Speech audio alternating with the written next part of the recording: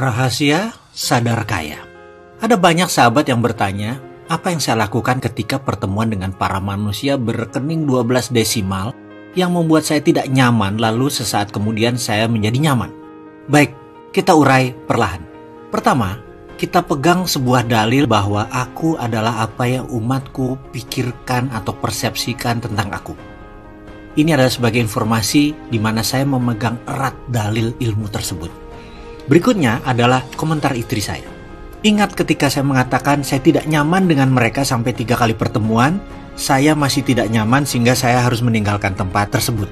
Istri saya berkata, ayah itu sekolah tinggi-tinggi untuk belajar ilmu pikiran, lalu membantu negara juga urusan aplikasi psikologi, lalu sangat mengerti apa itu vibrasi atau gelombang otak yang terpancar. Vibrasi atau gelombang otak yang terpancar yang dikirim manusia satu dengan yang lainnya. Lalu mengapa ayah tidak nyaman?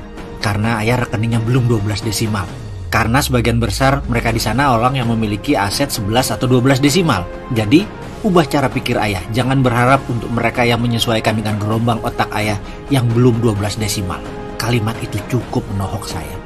Tapi asli saya tidak marah dikritik seperti itu. Setelah 3 kali dalam 3 bulan mencoba berkumpul kembali dengan teman-teman lama tersebut, ternyata tidak nyaman juga. Tapi kita tidak bisa memaksakan, memang gelombangnya lain, akui saja, dan saya mengakuinya saat itu. Bagi saya tahu apa yang saya harus lakukan. Bagaimana membuat apapun terjadi selama kita percaya. Caranya saya tahu. Betulkan gelombang otak saya sendiri. Saya adalah orang yang mempercayai bahwa manusia adalah co-creator to God, alias khalifah di bumi yang memiliki kemampuan mencipta kedua setelah Allah. Yang saya lakukan pertama adalah menanamkan prosperity conscious, kesadaran kaya. Bagaimana cara menanamnya? Cara sederhana adalah pikiran umat manusia itu netral. Kita yang memberi value terhadap setiap tindakan yang dipercaya oleh pikiran. Hukum alam itu harus kita kenal dengan baik. Kita akan memberi value yang paling benar adalah sesuai dengan sifat naluriah manusia. Begini maksudnya. Orang yang bisa memberi itu hanya orang kaya.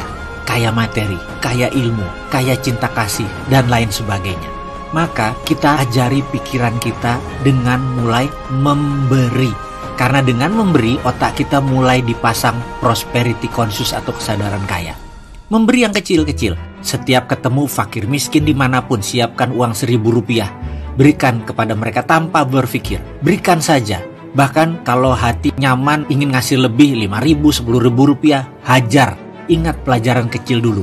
Mungkin saya saja, tapi saya yakin ada ribuan anak seperti saya. Ketika hendak ke masjid menunaikan sholat, kapanpun terutama sholat Jumat, maka eyang saya, mbah-mbah saya, ibu saya selalu menitipkan atau menyelipkan uang selawi atau Rp25 di tangan saya dengan berkata, ini masukkan ke kotak amal.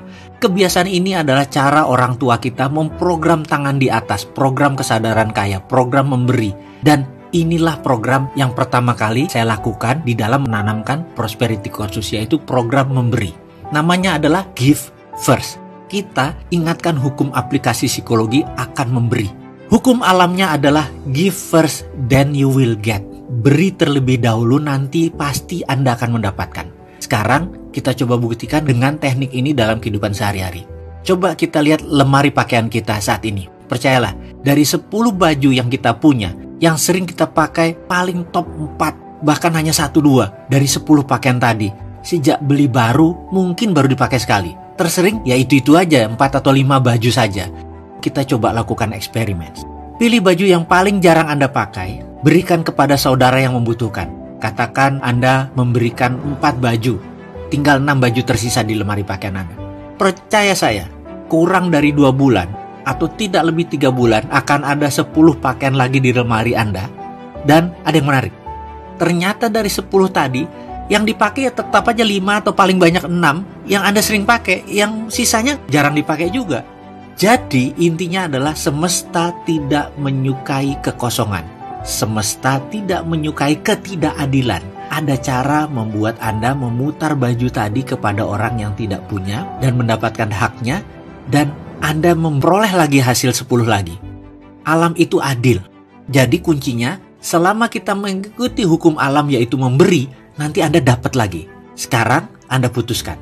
Baju Anda yang sering Anda pakai tadi akhirnya worn out. Baju tadi jadi lusuh. Aura citra diri Anda menjadi kumuh. sadar tidak sadar Anda seakan-akan menjadi tidak cerah. Maaf loh, saya lugas urusan ini.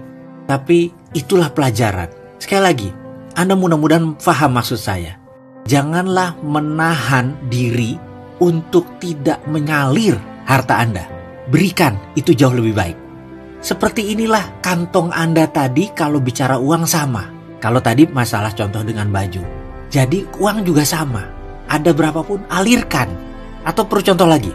Ini trik banyak dilakukan di mall, di penjual HP. Seperti di Ambasador Kuningan atau di Mangga 2. Kita ingat bahwa give first adalah kunci. Memberi adalah kunci. Maka ketika Anda sedang celingukan depan toko, maka mas-mas penjaga toko atau mbak-mbak penjaga toko tersebut akan berkata, cari apa? Masuk pak, bu. Dan ketika Anda masuk, disuguhi satu gelas aqua kecil dengan sedotan di atasnya. Ketika Anda ambil gelas tersebut dan menusukkan sedotan itu di gelas, lalu Anda menyeruput air aqua tadi, tak lama Anda pasti duduk di kursi plastik di depan counter, dan tak lama kemudian tawar-menawar terjadi, dan percaya saya, 90% most likely Anda pasti belanja. Anda kena giversnya mereka. Anda minum pemberian mereka tadi.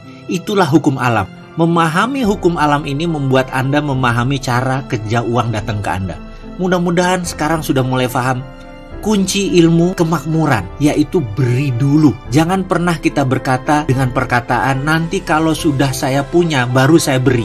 Maaf, alam tidak berlaku seperti itu.